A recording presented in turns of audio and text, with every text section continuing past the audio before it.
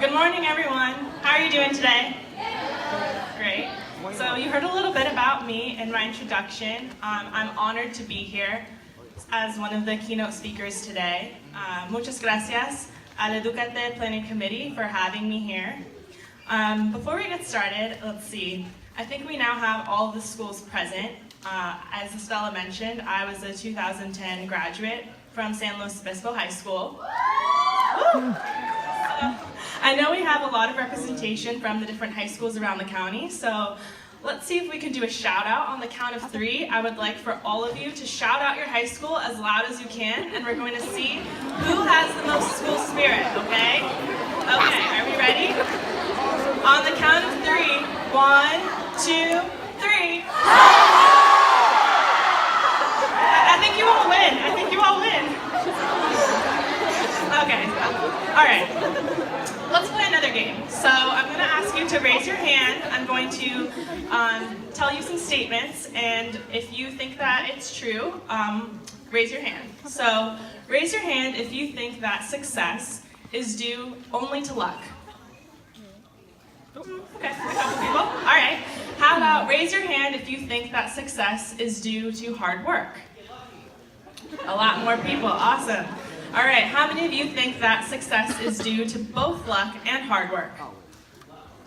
Okay, cool. All right, now raise your hand if you think, if you've ever tried something new, you didn't think that you would like it, but then you realized that that opportunity was awesome. How many of you had, okay, great. And how many of you know where you're going to be 1 year from now? Do you know where you're going to be? College, school? Okay. How many of you know where you're going to be 10 years from now? I'm actually impressed. Quite a few of you. That's awesome. Okay. So why am I asking you all these questions? Why did I make you raise your hand several times? So the reason for that is because today I'm going to be talking to you about the following things: the value of hard work, the importance of opening your eyes to new and unexpected opportunities, and third, not worrying too much about your future and where life may take you.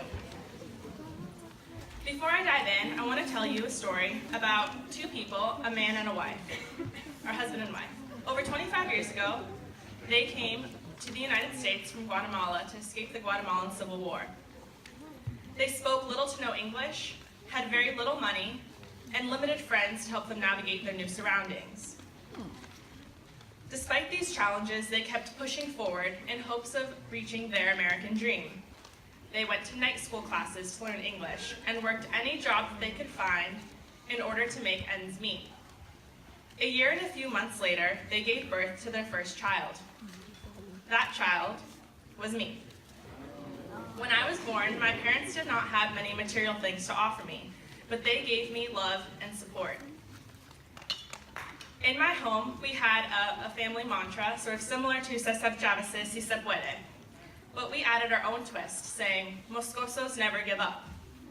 This is something that I have, it's been a part of me my entire life, and I truly believe that the spirit of never giving up has helped me to achieve my goals.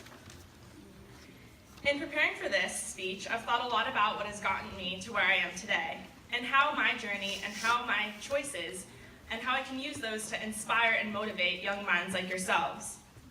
I've been lucky in many ways. As I mentioned, I grew up in a positive and supporting home, and I had my parents to admire. For example, my mom started out here at Cuesta College. She graduated, transferred to Cal Poly, got her bachelor's, and when I was in 6th grade, she went back and got her master's in 1 year. That's pretty amazing.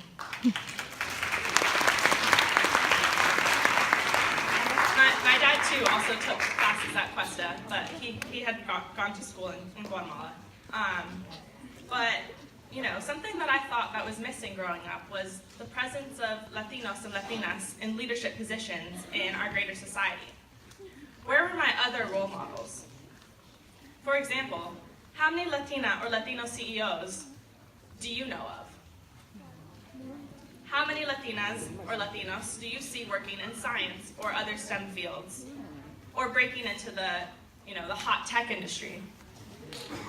Unfortunately, Latinos in leadership positions are far and few between, and that's such a shame.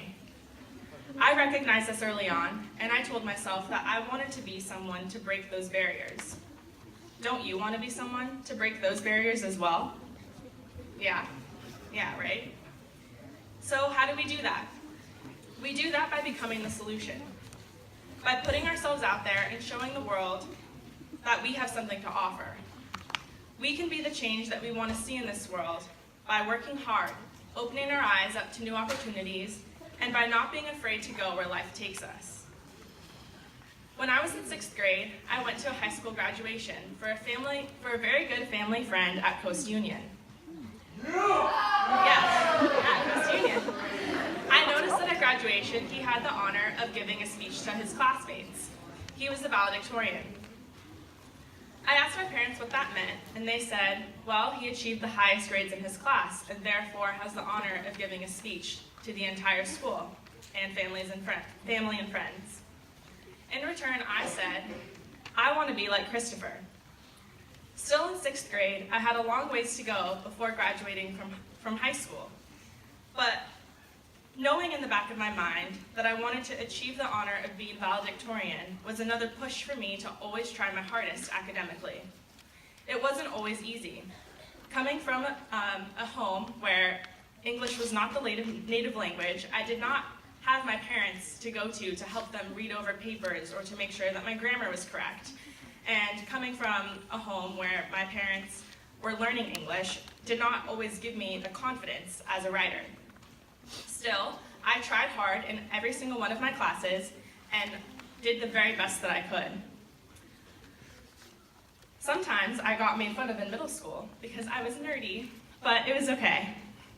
It didn't matter to me. And oftentimes I was the only Latina in my classes. Still, I didn't care. I wanted to be an example for others, for my younger sister, and for other first-generation kids, and prove to others that it didn't matter what your background was. I wanted to break that mold and break those Latino stereotypes. For me, college was always a goal. Now let's have you guys raise your hands. How many of you guys are wanting to go to college? Hopefully after all the presentations today, you're even more motivated, right?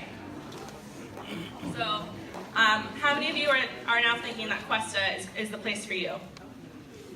Yeah? All right, let's see more hands.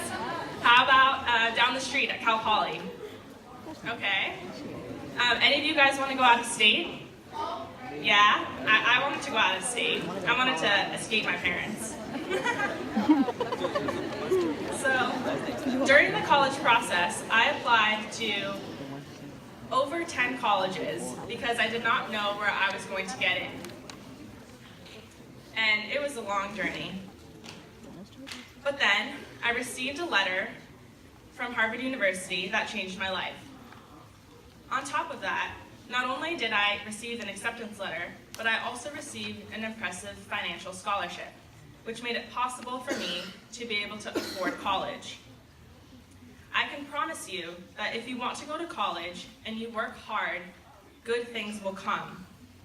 Try not to worry about the financial piece, and as the presentation earlier alluded,